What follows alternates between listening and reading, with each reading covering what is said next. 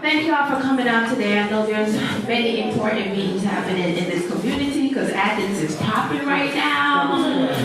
Oh man, I'm telling you, there's a lot of things going on, a lot of important things. So I'm grateful and thankful that you guys were able to come out to this town hall meeting. I remember the last time I was here in this auditorium with the town hall meeting dealing with police.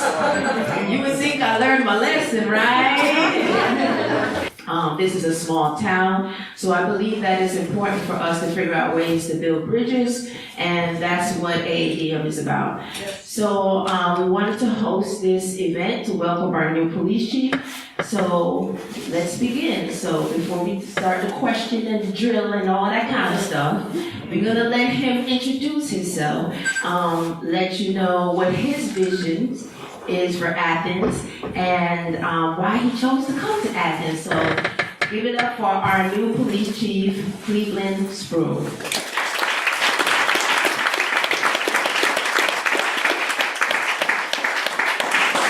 Good afternoon. First, let me begin by thanking Ms. Johnson for inviting me out to this forum. This is a very important piece of being an effective law enforcement agency. In fact, I have a series of community meetings that I'm going to be setting up in the coming months in 10 different locations throughout Athens-Clarke County, because it'll allow me the opportunity to do what I'm going to do tonight, get out and share my vision of the police department with the community, but more importantly, it will allow me to get out and engage and listen to the community. I've been in law enforcement for over 31 years, going on 32 years. I've been a police chief for a number of years, and so I think I know what I'm doing when it comes down to being a police chief. But I'm new to Athens-Clarke County. And so every community has its own unique needs, its own unique expectations. And I want to hear from you and learn and understand what your needs and expectations are and work together with the community to build a better police department and to build a better Athens-Clarke County. Just give you a little bit about me and my background.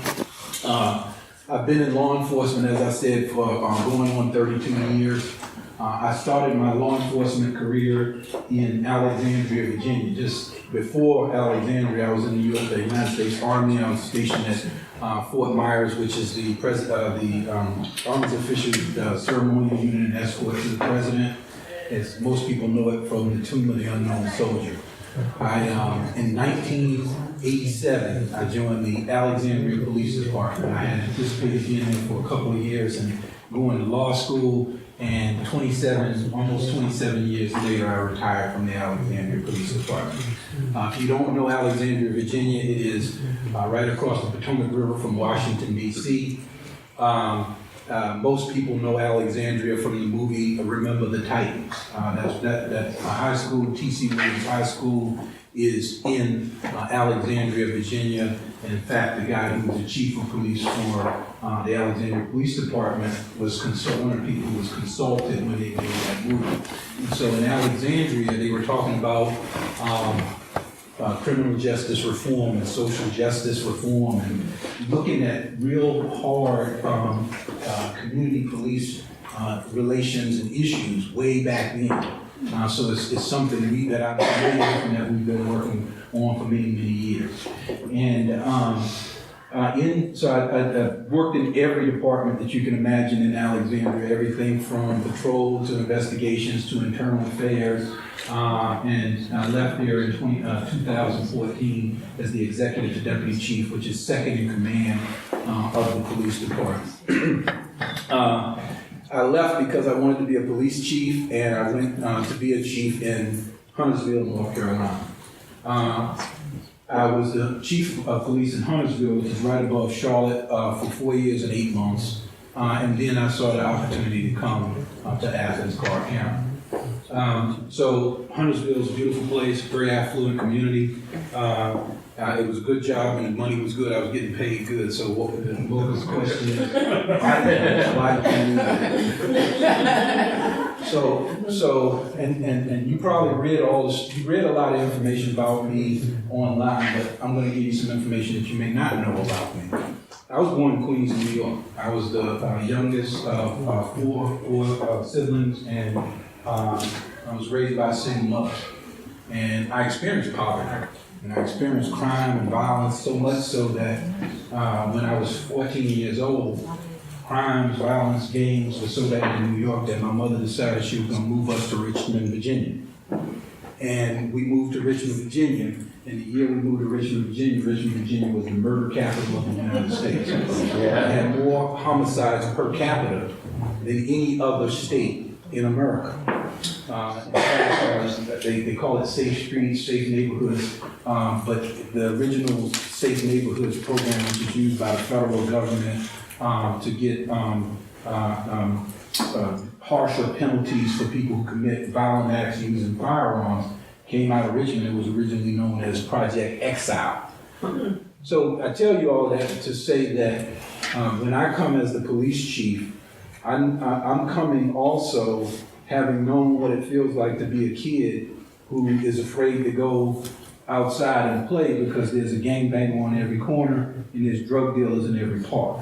Okay, so I've seen it from that perspective also, and I've also seen it from the perspective where I didn't view the police as friends.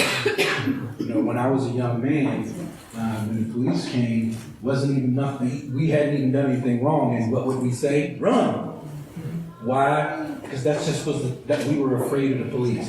And so through my years and coming up in law enforcement, I realized that there's some real work to be done to change that image of the police department and to make sure that people understand that we're there to work in partnership with the community to build a better community.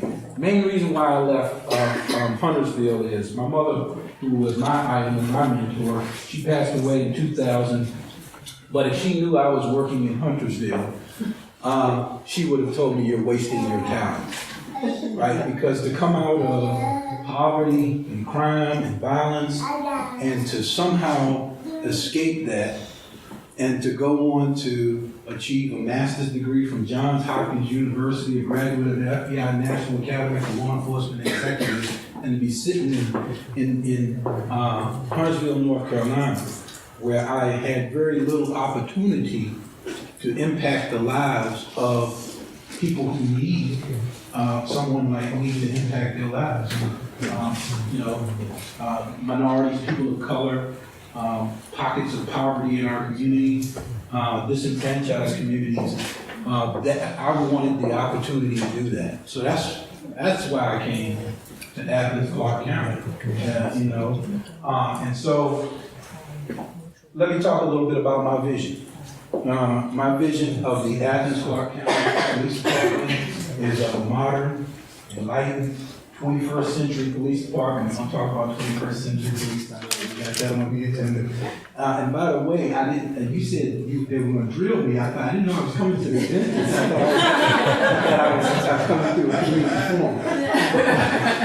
But my vision of the Alexandria-Clarke County Police Department is that of a modern, enlightened, 21st century police department. That's rich in diversity, right?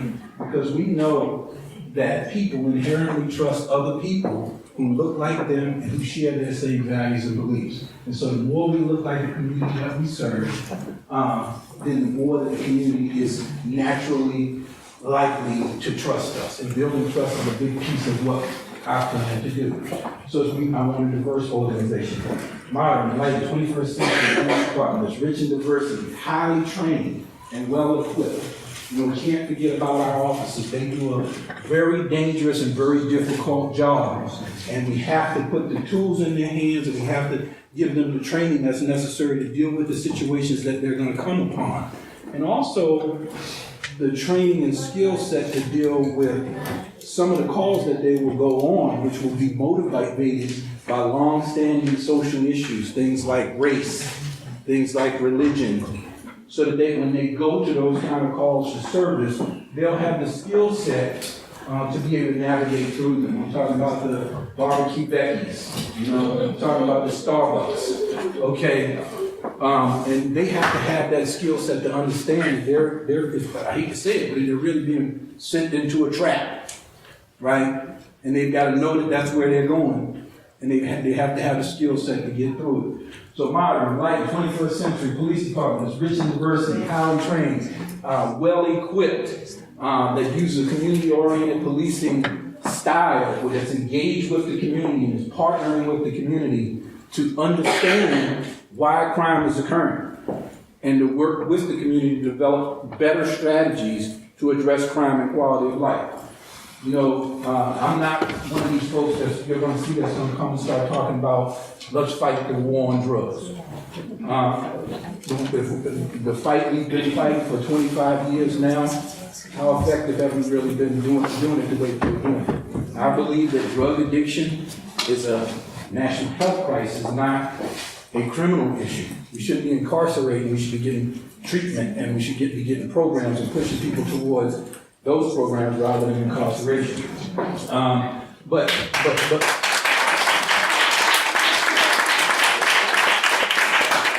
I also believe that mentally ill people shouldn't be in jail.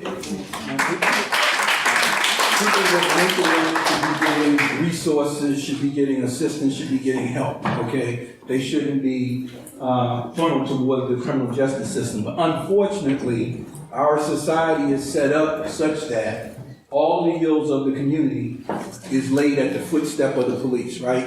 And so if somebody's suffering through a mental crisis, they're going to call the police. And what tools have we had over the years? The only tools we had, or very limited tools we had, aims them towards incarceration. And so my argument and my message to my officers, my expectation is that we should be looking to deter them towards alternatives. Community-oriented policing involves partnerships. What is the most valuable tool that any law enforcement officer or any police chief has? Relationship. You need a gold star, right? Because the ears and eyes and involvement of a community are the most effective crime fighting tool that any law enforcement, any police chief and any law enforcement agency has, right? Because if you make the decision that you don't want crime to occur in your community, it won't occur. If you sit back and say, I'm not going to get involved and I'm only going to let the police handle those problems, we're not going to be very effective at all. So I'm asking for involvement. I'm asking for communities to come in and take ownership of their community and to work with us to address those issues. Let me talk about some more of the vision that I have. The next step in my vision is of a procedurally just law enforcement agency. And what do I mean by that? I mean that I expect every one of my officers, every time we engage with the community, to treat people with dignity and respect. Because most people are not bad people. You do have a few that are just, heinous people, but the majority of the people, large majority of the people that we encounter, that we meet, are good people that are having a bad day. And most of the time they need help rather than incarceration. And so where the opportunity affords itself, I want to funnel towards alternatives to incarceration. I know one of the things that I've seen, I've been watching you. You've been watching me, I've been watching you, and I know one of the things that you're talking about is legalization of marijuana.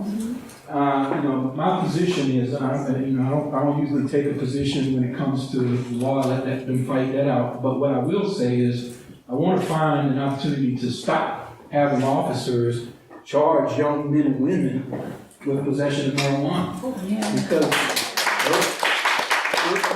early on in a young person's lives, when they are most likely to be experimenting, and they get caught with a joint, and if they get that criminal charge and that conviction, that's going to stay on their record for the rest of their life. Think about how many times that's going to impact their opportunities to get jobs, their opportunities to get clearances, or Secret Service clearances and things like that. And so there's got to be a better way, right? There's got to be a better way. So now you're going to have citizens that are calling in and saying it's illegal there in the backyard smoking weed and you need to do something about it. So my officers can't ignore it. But I agree we need to take a hard look at that because it's going on. Procedurally just policing involves treating everybody with dignity and respect, giving everybody voice when you're dealing with them, when you're talking to them, being transparent and neutral when we're working with the community, explaining our actions, being willing to talk about why we do things the way that we do, and help the community understand our actions, and then having trustworthy motives. Why are we doing things? And so all of that is done. Part of our vision also includes sanctity of life. And when you look at use of force, now I've heard some stuff about disarming police officers. I can tell you right off the bat, you're never going to get me to agree or think or say that that's a good idea. When you think about the dangerous country that we live in, the proliferation of guns in our community, the Second Amendment right to bear arms, everybody's got a gun. And I would not ask my officers to do the dangerous job that they do without having a firearm. That being said, there is a Perf 30 study that's been done. There's ICAT training. It's some training that talks about de-escalation and force alternatives. And we should be trained on that, because just because you can use force doesn't mean you should use force. Okay? And we should look for opportunities. We should look for opportunities to de-escalate or to avoid using force where it doesn't jeopardize the safety of our officers. So we can talk about all of that. And by the way, the officers have already engaged in all of that kind of training. Implicit bias training. We all have biases. I have biases. You have biases. It's natural, right? So I want to make sure they've already started on it, but I want to make sure that they understand that they have biases, and those biases could be impacting their decisions, whether they know it or not, and that they need to take that into account and make sure that they take steps to not allow it to impact their decisions. I'm not saying my officers are doing anything wrong. I'm just saying we want to make sure that they're trained and that they have that in their toolkit so that they can be better officers. So we're doing all of that training, all those things, in order to build trust and legitimacy with the community, but also to have the community value and support the police department. So that's kind of my vision. I don't know whether you want to. I don't know whether that's whether folks have questions.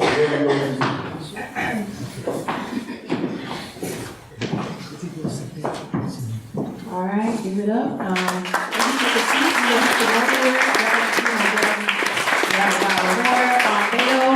From the Athens Immigration Rights Coalition, come up. And also, I will say my daughter, Daylin, she represents for Teen Social Justice. So she sent out a survey to the youth, and we sent out a survey to some of the Teen Social Justice children. So she has a few questions that she would like to ask, so come on up.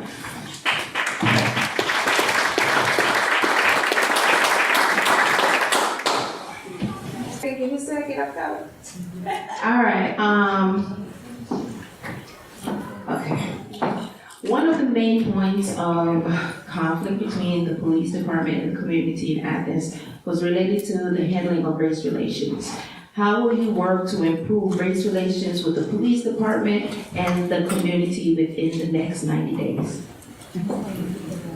Well, first, not just within the next 90 days, it needs to be a continuing and ongoing process to make sure that we're reaching out to our most impoverished communities, our not only African American but the Latino and other minority communities, and we're engaging them.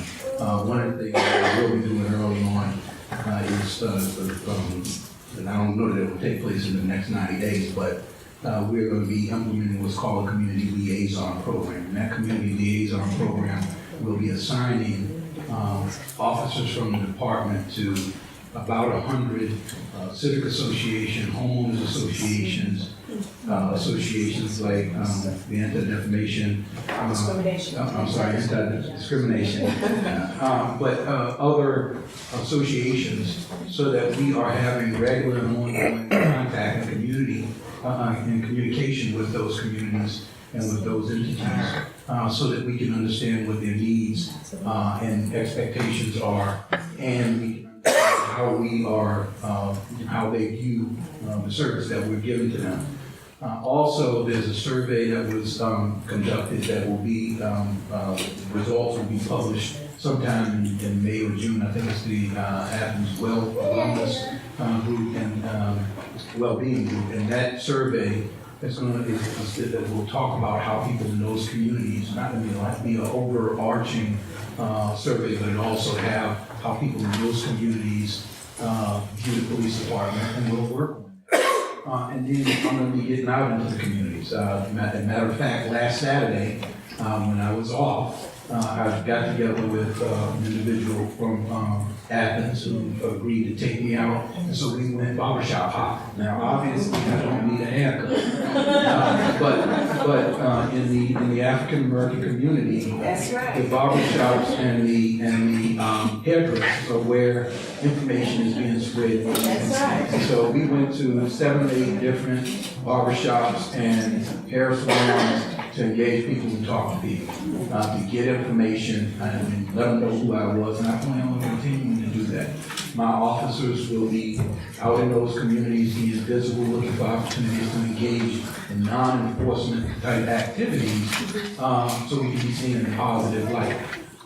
But let's face it, many of those communities are impoverished communities that are suffering from from generational poverty, and so our department will be working with other departments within Athens-Clarke County to identify resources and identify and work on long-standing social problems to address them.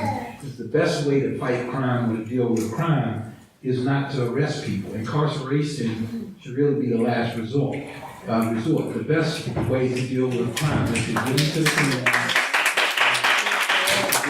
community, talk to the people in the communities who know where crime is occurring, why the crime is occurring, and address the issue before the crime ever occurs. We want to be preventative, and we want to work with those communities. I've already been here, there's plenty of stakeholders in the community, business owners in the community, people in the community that want to bring resources and want to bring help to bear. And so we will work to try to facilitate that. I mentioned one thing I'd like to expand on it very quickly, and that is social justice reform, criminal justice reform is not just a police issue to deal with alone. You have so many other parts of the criminal justice system that have resources and that impact on it, and it's not something that we can do by ourselves. So I'll be working with them to bring resources into those communities, and working with my officers to say it's not an enforcement issue. We're not coming here to enforce. Now, don't get me wrong. People who are high-level violent criminals using guns, committing violence, people who are preying on the young, people who are preying on the elderly, they go to jail. They don't get a get-out-of-jail-free card from me. I'm going to do everything I can to lock them up and keep them in jail as long as I can. But people who have drug addictions, mental health issues, homeless issues, victims of long-standing generational poverty, there I'm going to be trying to work with my resources and the resources of the entire county to bring other alternatives to address those problems and affect their life.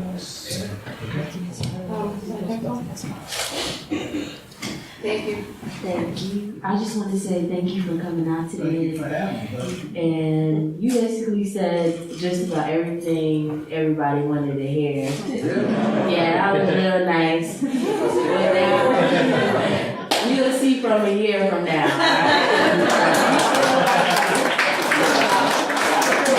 And my response is, don't trust me, try me. Most of the questions that our youth asked was basically, you can Google or you answered, except for one of them that I have here, and it's, what are the first 3 issues are you going to tackle dealing with the youth in Athens-Clarke County? I think, certainly I'm interested. So youth with idle time equals issues for the police. That's Yeah, okay, and so I'm very interested in programs, police athletic programs, giving people, giving youth something to do, because idle time will often lead to delinquent activity first. The second thing is I'm very concerned about gang involvement. The gangs in Athens are not unlike gangs in many of the other urban communities. And the issue with that is that you have to get to kids early on and steer them away from that, because once they are ingrained in their gang life, it's very difficult to get them out of it. So it's much easier to prevent them from getting into it at all through prevention, intervention, suppression, than it is to have to respond once they're in that game. And then the second thing is the school. I talked about the fact that I have a master's degree from Johns Hopkins University. And if you knew me when you was in high school, you'd say there's no way on earth that's possible. Because when I was in high school, I was very intelligent, but I didn't realize the value of an education, right? And I was too busy trying to be cool and hang out with my buddies to get good grades. And so when I graduated from high school, I barely graduated. I mean, it was not pretty. And so, but later on in life, I realized I actually liked school, and I realized the value of education. And so what am I going to do is I'm going to get in and talk to you, explain to them the value of that education and how, and help them understand that I was lucky. And I just got lucky and I was blessed. I was blessed by God. For whatever reason, He brought me out of that. But I think the reason He brought me out of it is because I have a message to take to the schools to share with them. And the last thing that I would do with the youth is I want to mentor them, I want to talk to them, I want to get them in a room, and I want to share my thoughts and ideas with them, because the system all across America is set up to help you fail. I mean, it is. When you think about it, young people, particularly people of color, there are so many traps and so many opportunities out there for you to fail. That if you get it wrong early on in life, you are going to be destined to fail. And so it's important that we have positive role models. We have law enforcement officers. We have people from all, from the community and all different stakeholders that are talking to kids and explaining to them you can be successful. You can be a doctor, you can be a police chief, you can be the president of the United States if you want to, and pushing them in a positive direction. So those are some of the things I'm going to be doing because young people need to get it right. And you got to get it right the first time. It's hard to say, but you got to get it right, because once you get that, getting the rest on your record, or once you get involved with drugs, that you're set up for failure for the rest of your life.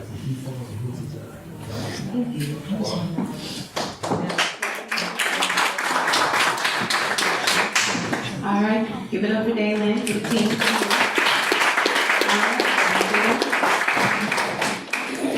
So before anything, let me say something in Spanish, porque realmente tengo mucho respeto por mi comunidad, especialmente por los que vinieron hoy de la comunidad inmigrante. Muchísimas gracias. Su presencia es importante en este foro para conocer al nuevo jefe de la policía. Y la gente que nos está viendo en Facebook, en vivo también. Bueno, es importante, estamos viviendo momentos de cambio y bueno, quiero decirles, darles mi admiración por su apoyo y el respeto que muestran para estos momentos de cambio. So first of all, welcome to the community, to Athens. I think Mocha, you and I, we have many things in commune. We are people of color. You guys have more color than I have. I don't have much. My family was very poor. They didn't give me much, and I admire you. So we are outsiders. I've been living in this community for 19 years, maybe more time than many people who live here. Many people, some born in Athens. Anyway, we have those things in common, and I think I sympathize a lot with you and your approach and your life. That you're coming from the ghetto, from the barrio, and you understand that part. And also the vision,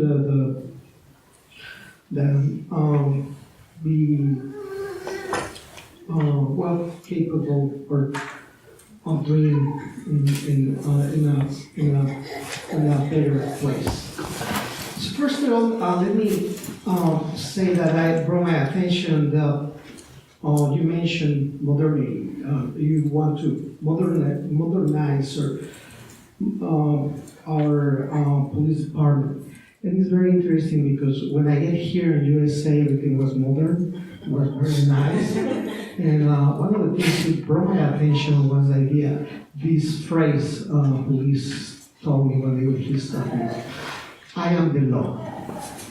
So, and it's the last thing I will expect in a modern, because I heard that in my City Hall country.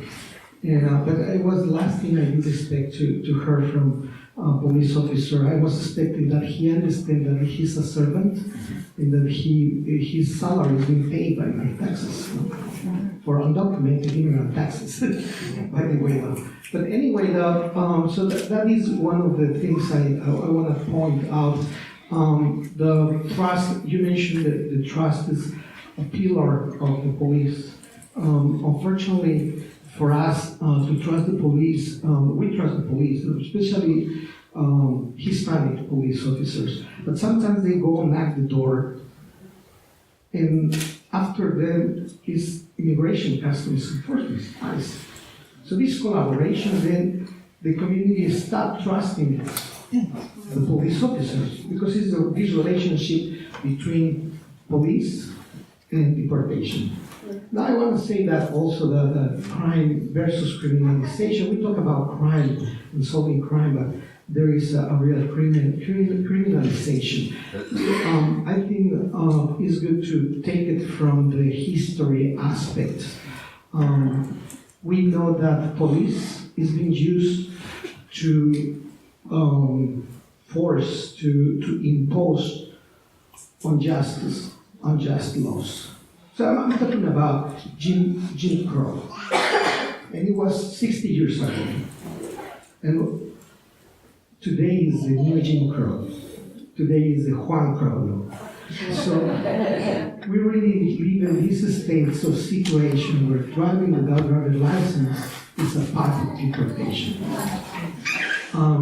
So my only question, my community, the migrant Hispanic community, sent me to this chair to ask is if you are willing to stop arresting people who drive without driver's license.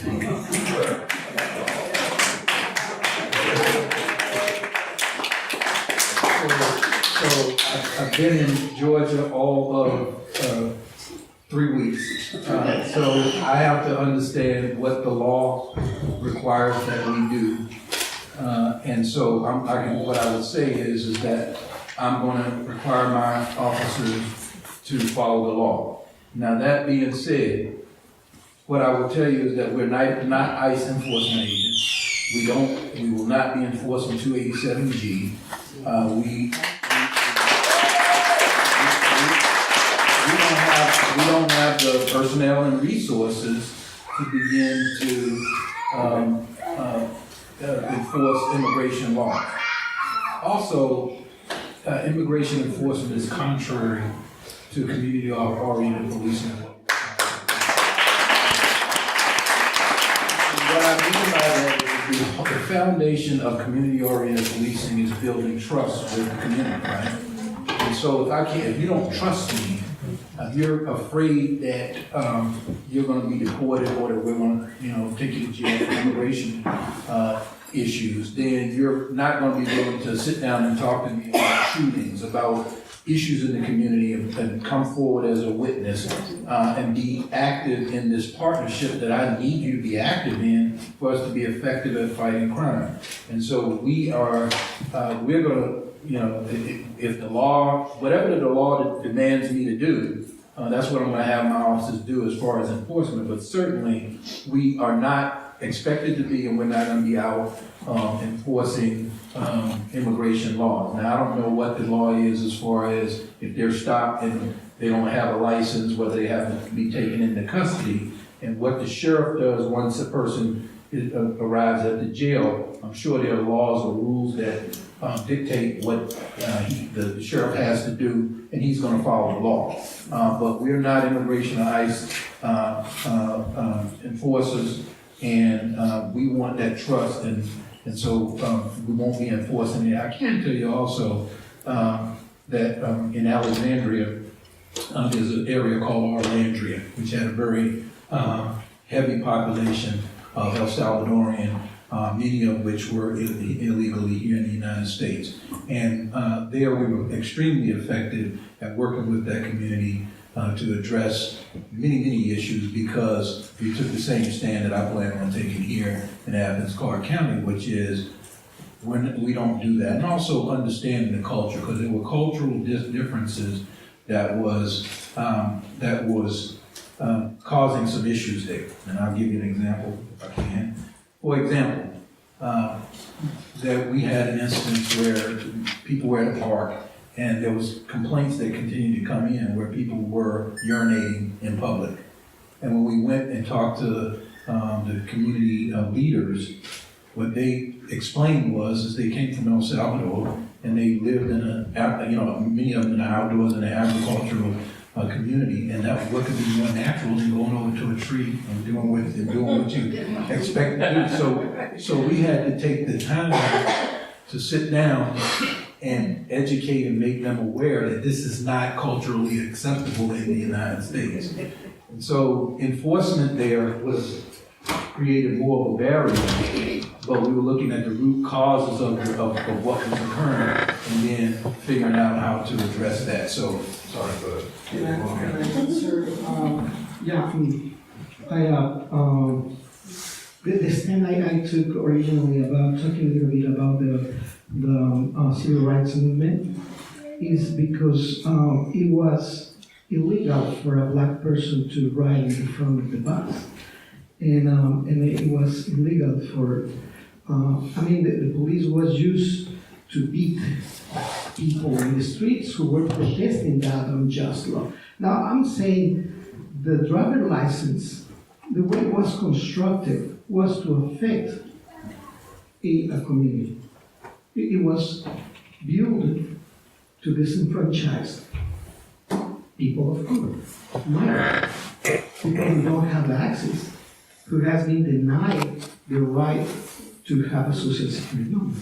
And what many African Americans has been doing, and this is more broader, because racial profile is part of this philosophy, the unjust law, the way the law is being constructed. So I just really want us to see what your stance on compromise, because we're living not in easy times. I mean, if you heard the rhetoric we heard from the top government, from the Trump administration, portraying a group of people as a criminal just because their immigration status, like brown people equal Mexicans, Mexicans equal criminals, then police officers, when they enforce that law, the lawyers, when they build the law, they build that law under that state of mind.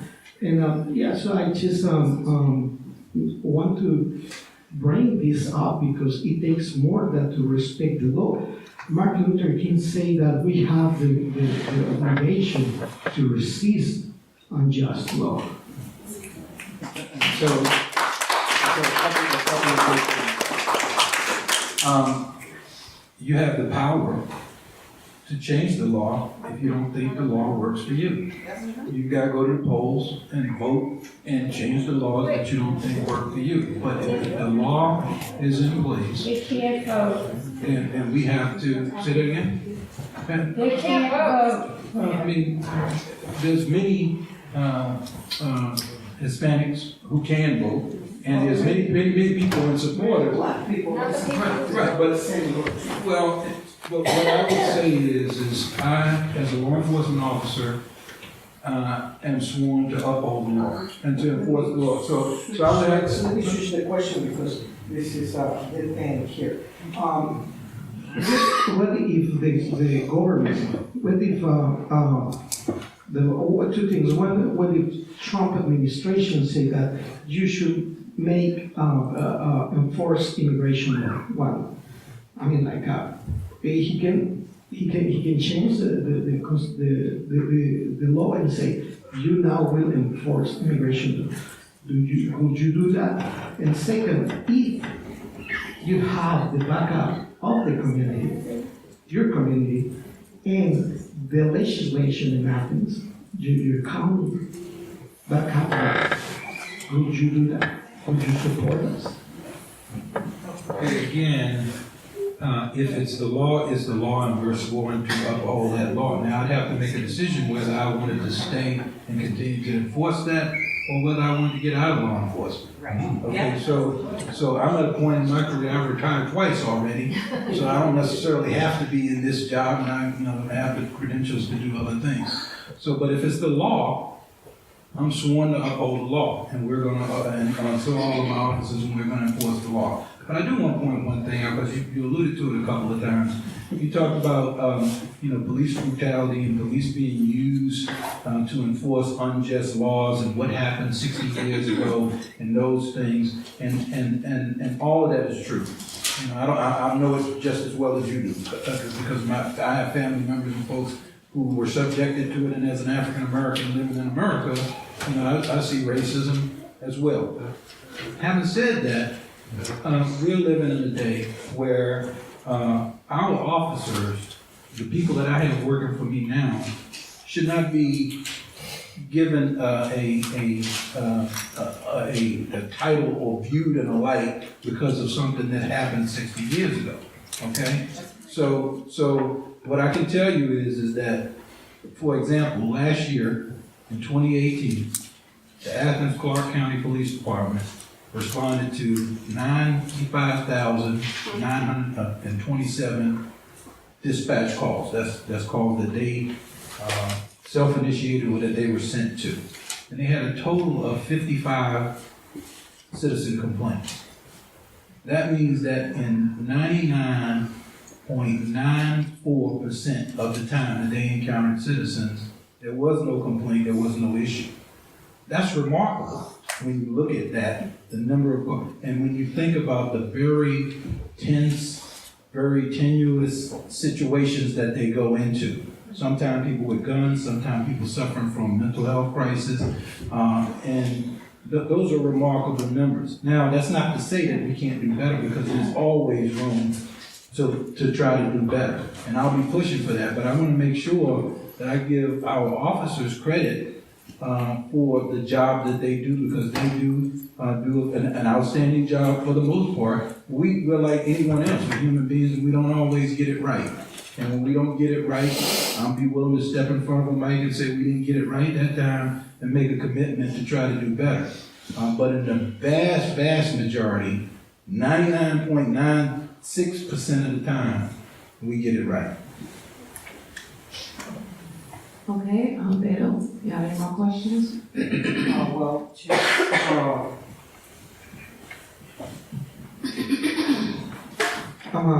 I know that it's not a long time for you to present a real position on on your constituency. I just want to let you know that we have around like 10% or 15% of Latinx community, that we don't know how many immigrants are among those community, and we don't know how many undocumented immigrants are.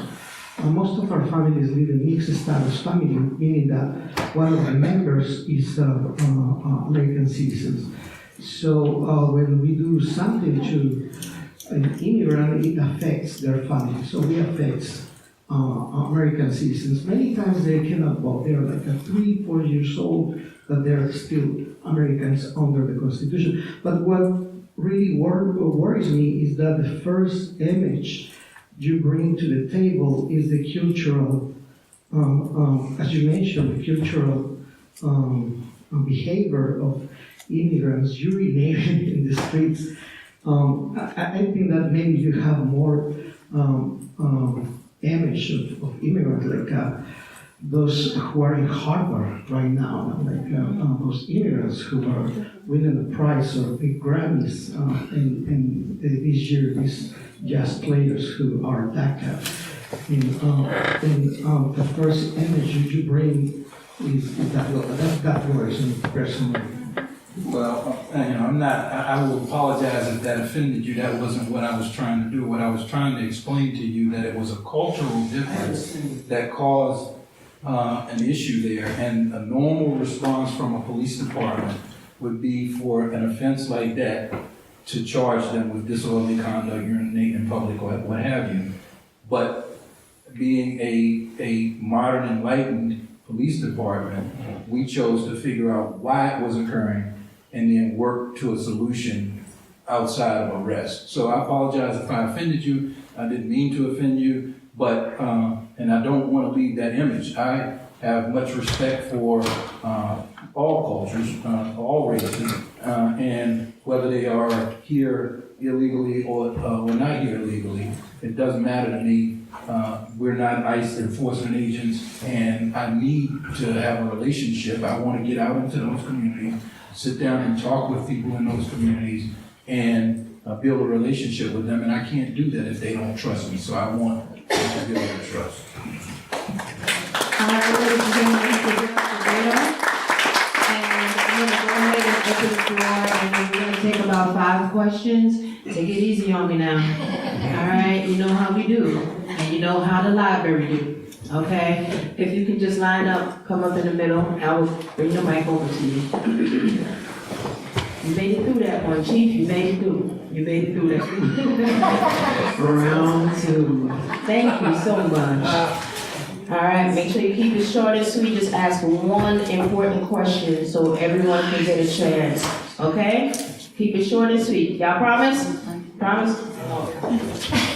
Don't get started, Damon. I'm too nice. I just have a quick question.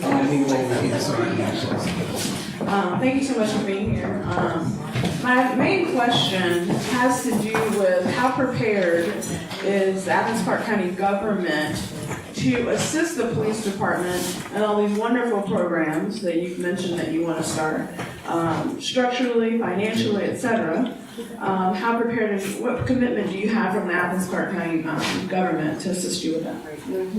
And so any police chief that is thinking about coming to a new community is going to do his homework and research, what the commission, what the manager, and what the government has planned. What I can tell you is what I haven't had the chance to sit down with them yet. I'm only 3 weeks in.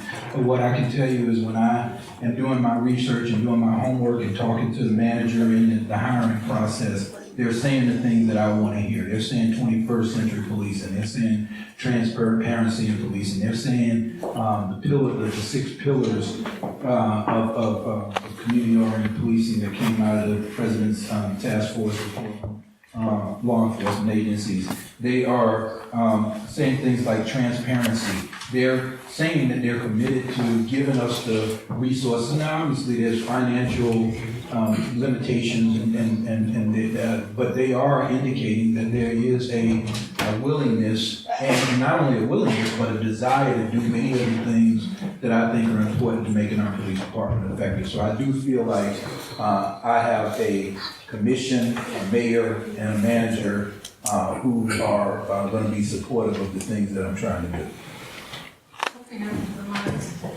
We are an amazing little town, and there are many of us who know each other in lots of ways, and we love each other, black, white, whatever. And we are not Charlottesville, Virginia, but I watched those boys with torches walk through that town and thought, where are the police? Do you have a plan if something that crazy comes here, which is not done, because we're just amazing, loving people, but do you have a plan?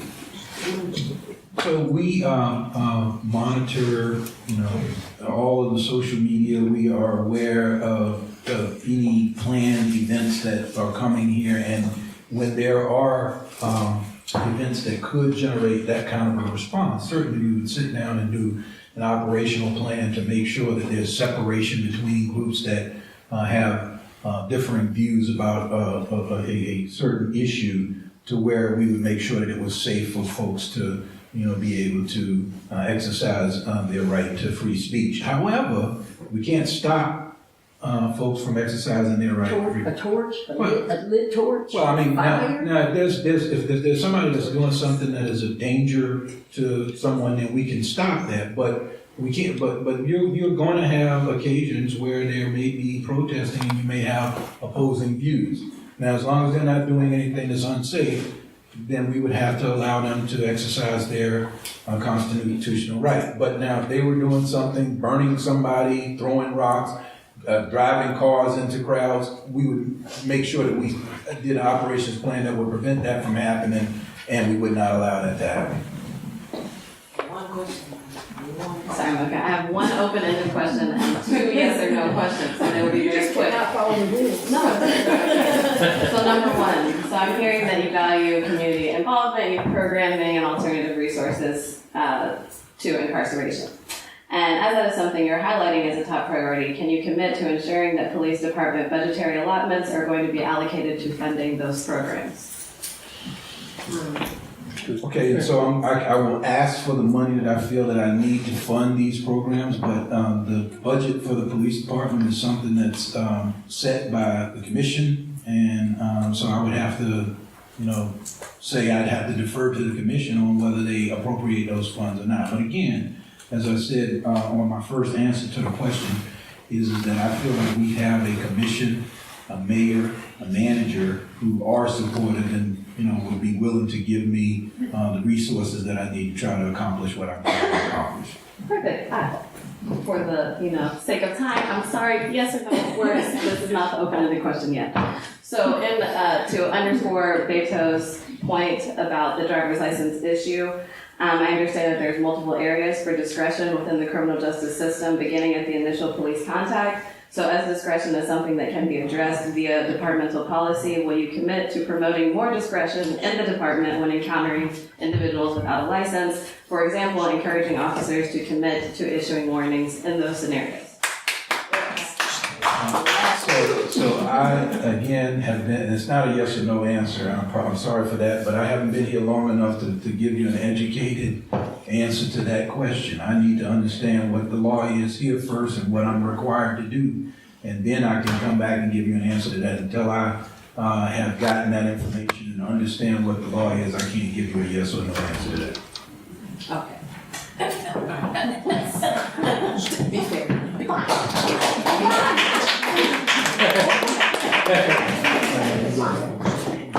Ladies and gentlemen, don't let me snatch the mic tonight. Be fair, this man has to go home. And I'm still a mother. Chief, I appreciate you being here. I was a former prosecutor, felony prosecutor here in Athens-Clarke County. My husband's been an officer for 19 years, so we're familiar with the crime rate. In a jurisdiction that has normally 7 to 10 homicides a year, we've seen 5 homicides in the past 3 months. Your department is currently underfunded and understaffed. You're short roughly 40 officers, not including the ones that you have currently in training. Given your limited resources, how do you plan on recruiting good officers and also retaining the good ones that you already have? When frankly speaking, there are departments maybe an hour away that are willing to pay officers over 50% what they're making here. Good question. Okay, so hiring and retaining officers is a top priority for me. It's something that we've already began to look at in the department. of course, I'm going to look at the pay and benefits, the salary and benefits, to see how we compare to our comparative jurisdictions in the area. I understand that some of that has already been done before I got here, and then where I see, if I see that we are falling behind the comparative jurisdictions, I don't have a problem making that argument to the commission or to the manager that we need to remain competitive. And so we'll be taking a hard look there.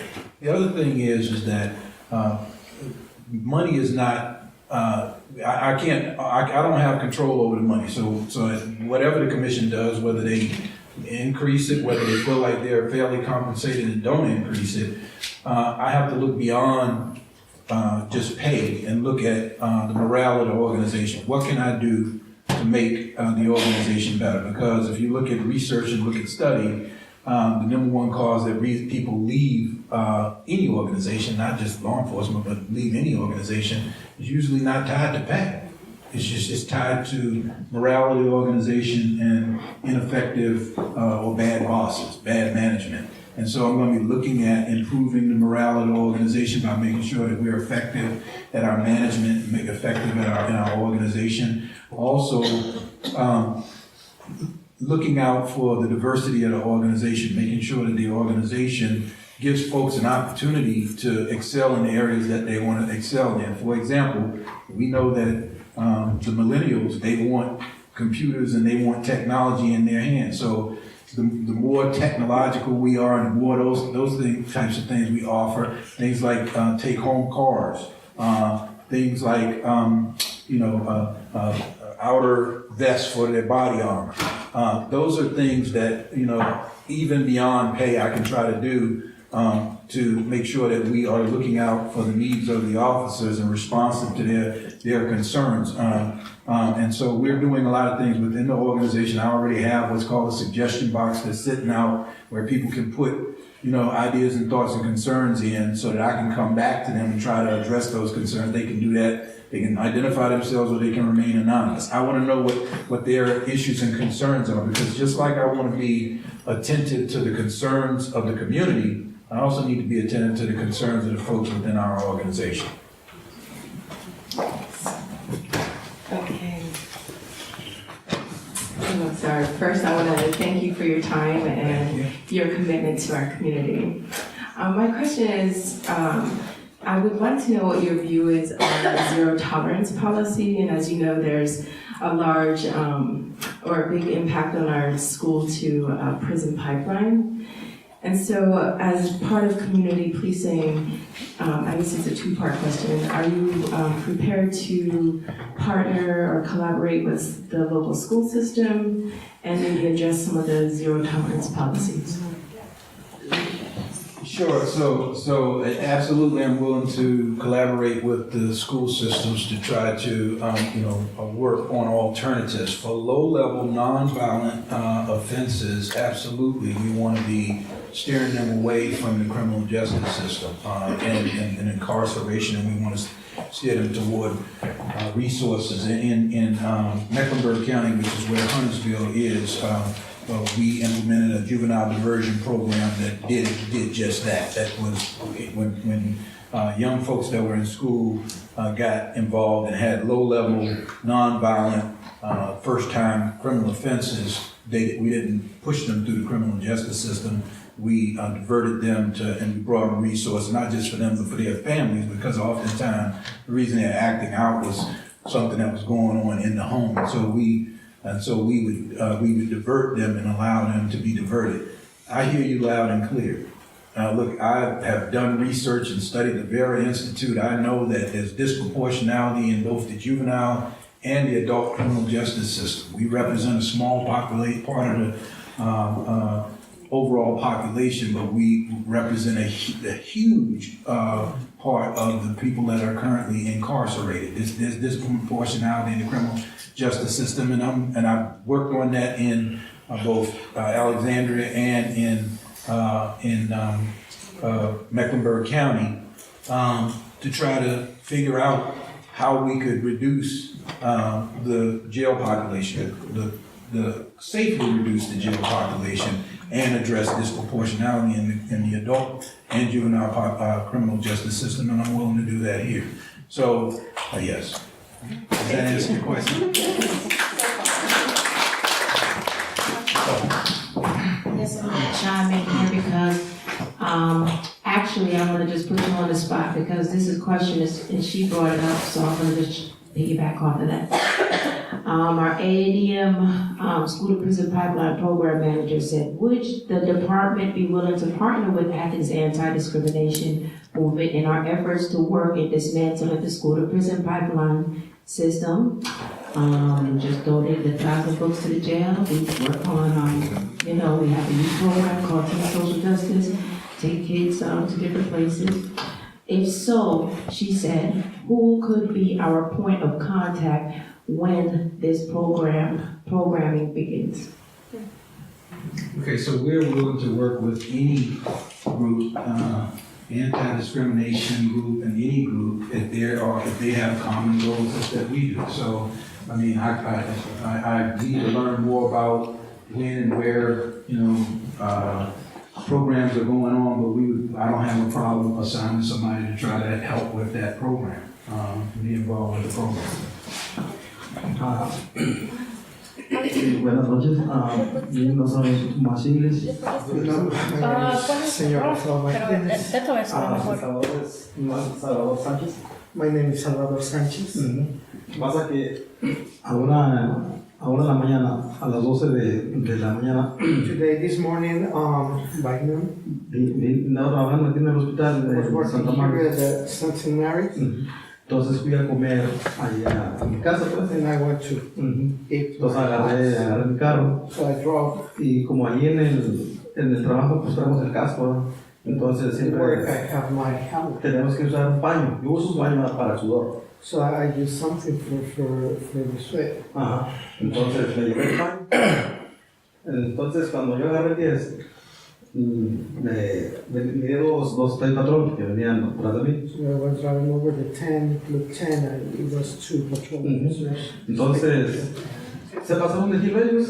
So they, entonces adelante yo agarré el 29. Then I took the 29. Entonces venía otro State Patrol acá del 10 al 29.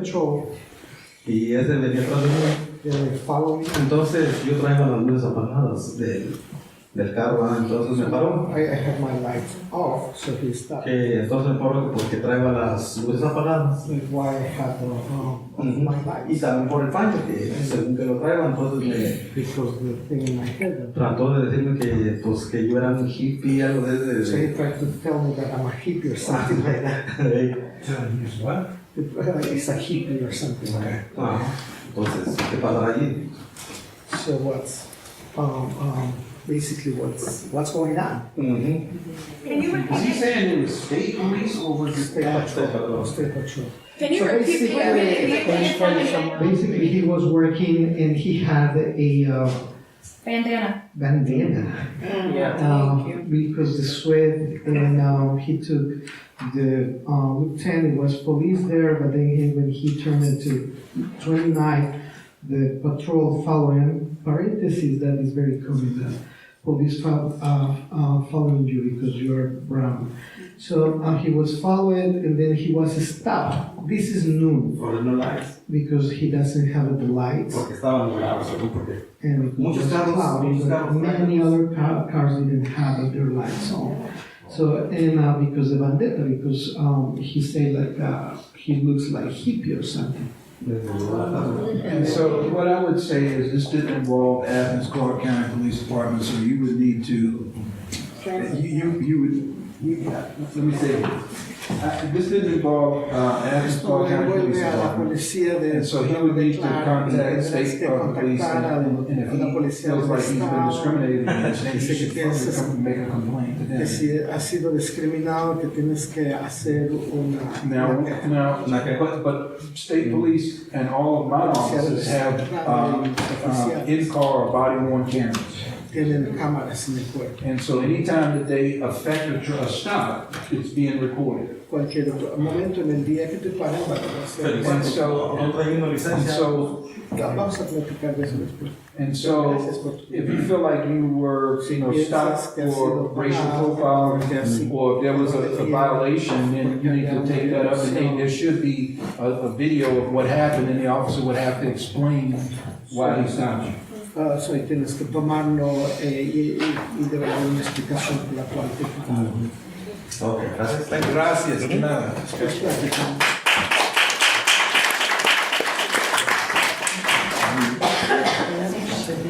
We got time for one more? We got time for one more? Okay, yeah. I'm Audie, it's nice to meet you. Very nice to meet you as well. Yeah, thanks. So you were talking about, you've had a long history of leadership, and you pointed out that people are generally good, and there's just a few people that, are generally belong behind bars, and they're really out there to get someone.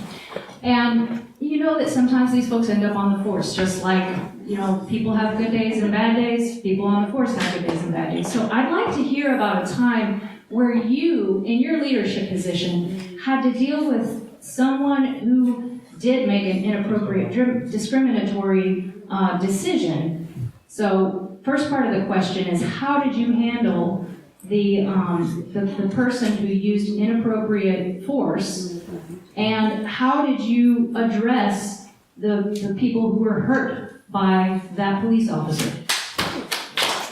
So your question went in a couple of different directions. You talked about using inappropriate force, and then you talked about discrimination. So, and I really should just, because sorry, I do want to clarify, because I understand it's a complex question, but I'm just trying to ask if there's a specific instance that someone was behaving inappropriately due to discrimination, that their emotions or whatever preconceptions they had about the person that they were dealing with led them to act inappropriately. They either used excessive force or arrested someone without probable cause, anything inappropriate. That, we've seen instances that have sparked horror in communities, and you talked about some of this. So number one, how did you address the person who basically perpetrated that crime, your armed officer, and how did you address the community who was affected by that and the individuals who were affected by those choices?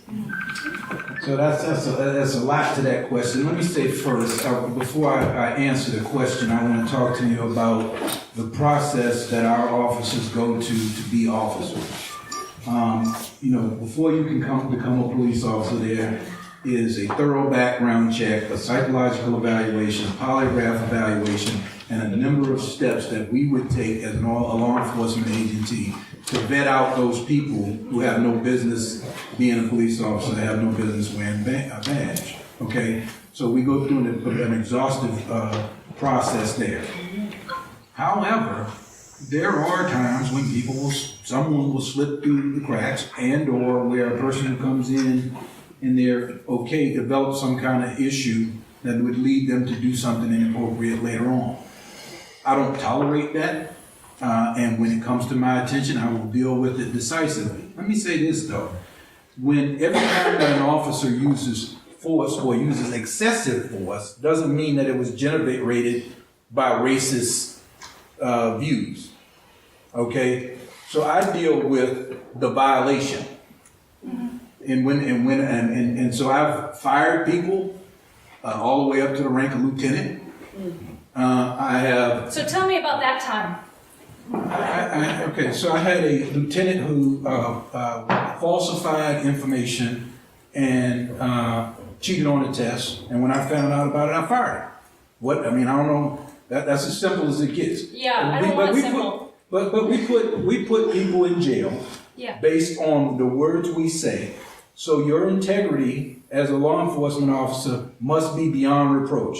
And so if you lie to me and I find out about it, or you cheat and I find out about it, then I'm going to fire you, right? So there's example. I had an example in Alexandria many years ago where a young officer, he didn't know how to deal with the situation where there was a mentally ill person, and he ended up shooting the person. And unfortunately, he lost his job, okay? And so it didn't, you could say, well, it had to do with race because one was one race or another one was another race.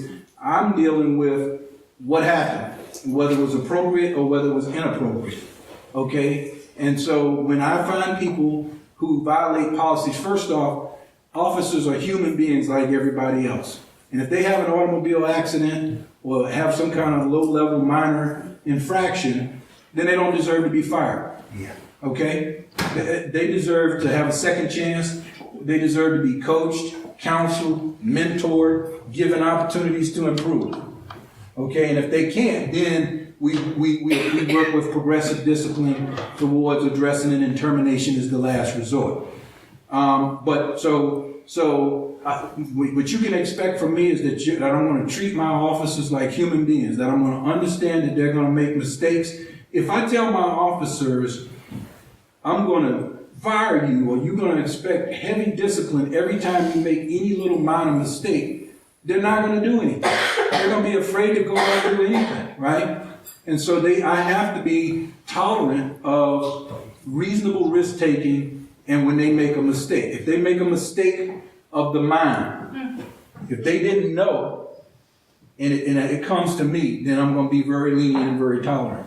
If they make a mistake of the heart, where they knew it was wrong and they shouldn't have done it anyway, and they did it anyway, now we got problems. But I'm not afraid to give discipline out, and I'm not afraid to fire a person. I'm not hacking people off at the knees every time they come into my office. It's an organization that I have to run. I have to treat people fairly. And so if they knew that it was a violation and they did it anyway, then we got a problem.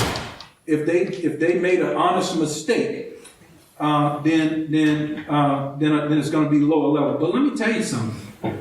Our officers go into situations where people are armed with guns, where people are naked and on drugs and fighting them, where people are armed.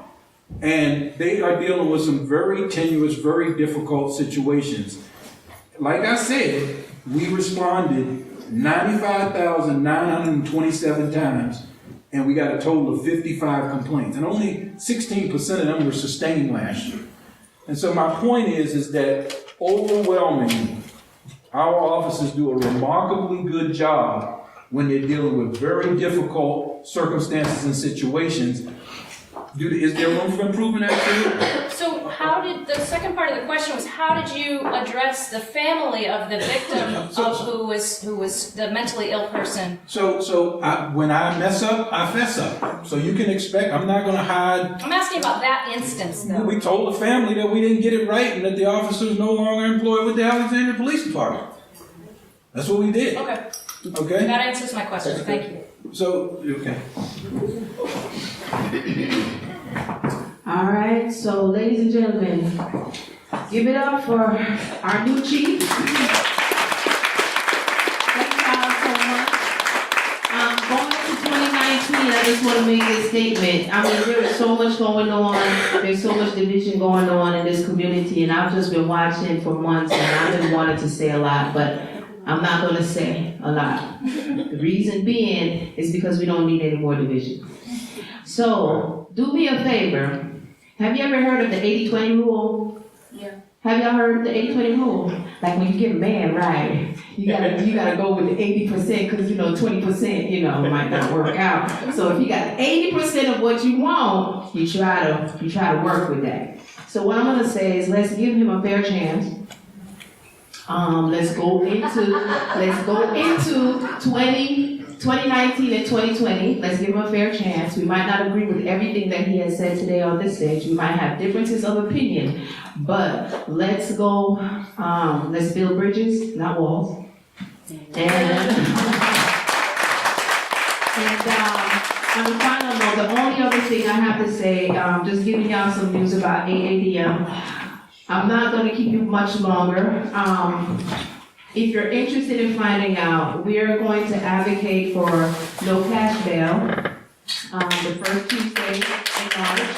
So we need support, and we're also gonna rally for a citizen advisory, police board and panel, or however they wanna call it, the final name of it, once we push for it. And basically, that is so that we can have people from the disenfranchised communities to be a part of the decision making when, bad things happen, you know? So, I was gonna do a whole presentation on it, but it's 7:30. And if you want to find out more, we'll put up that information on our website. Let me see what else.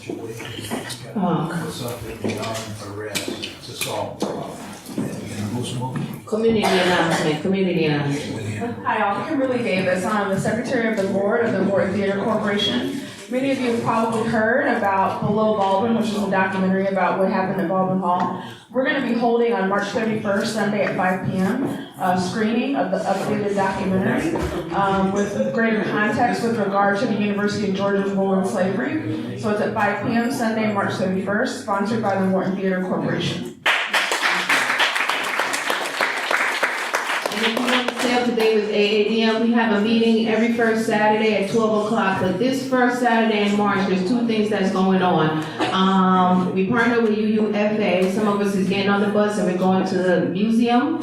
And also some of us are staying here in Athens. So for the ones that staying here in Athens, join us at the library for our regular meeting. We're also having an event next Thursday at Hendershot called She Struck for Justice.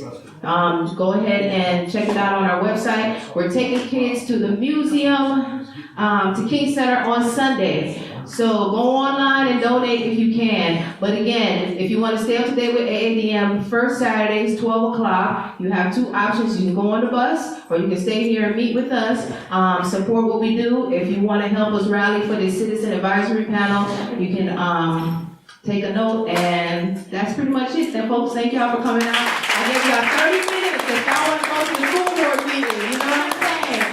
That's what I'm trying to do. If you want to go to the school board meeting, you're about 5 minutes away, okay? So y'all have a good day.